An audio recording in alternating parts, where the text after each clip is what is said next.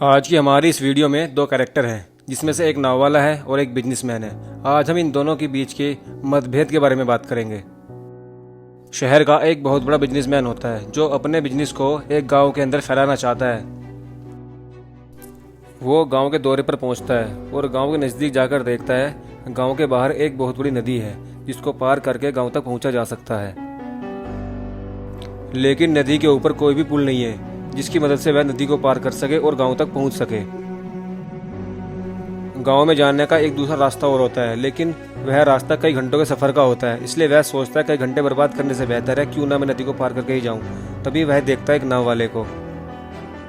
वो बिजनेसमैन नाव वाले से पूछता है, क्या तुम मुझे इस नदी को पार करा दोगे? नाव वाला कहता है, क्यों नहीं साहब। नाव के एक तरफ नाव वाला बैठा हुआ होता है और दूसरी तरफ बिजनेसमैन बैठ जाता है। जैसे वह नाव को लेकर चलता है तो बिजनेसमैन उससे पूछता है, क्या तुम जानते हो मैं कौन हूँ? नाव वाला कहता है, नहीं साहब मैं नहीं जानता।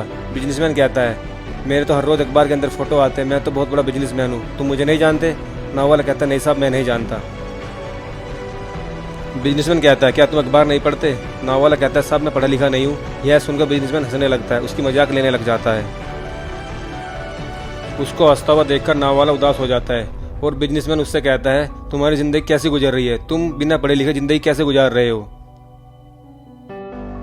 इतना कहकर वो फिर से उसके ऊपर हंसने लग जाता है। नाव वाला उदासी के साथ में नाव को चलाता रहता है। जैसे नाव बीच में जाती है तो नाव एक पत्थर से टकरा जाती है, जिससे नाव में छेद हो जाता है और नाव के अंदर पानी भरना शुरू हो जाता है। नाव डूबना शुरू हो जाती है। बिजनेसमैन घबरा जाता है, ये क्या हो रहा है? मैं तो डूबकर मर जाऊंगा, मुझे कौन बचाएगा? मेरा तो पूरा बिजनेस चौपट हो जाएगा। बिजनेसमैन डूबने के डर से थर-थर कांपने लग जाता है। तभी नाव वाला पूछता है, क्या साहब आपसे तैरना नहीं आता? बिजनेसमैन कहता है, नहीं मुझसे नहीं आता। तो नाव वाला उसके ऊपर हंसने लग जाता है कि साहब आपसे तैरना भी नहीं आता।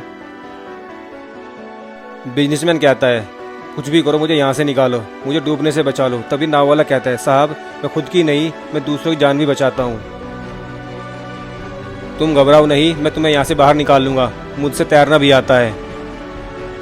इस कहानी से हमें यह सीख मिलती है, जाने अनजाने में हमें कभी भी किसी के ऊपर हंसना नहीं चाहिए, किसी की मजाक नहीं बनानी चाहिए, क्योंकि ईश्वर ने हर किसी को किसी न किसी कला से नवाजा हुआ है। जैसे अगर आप एक अच्छे तैराक हैं तो किसी के पास में अच्छे धावक की भी कला होगी।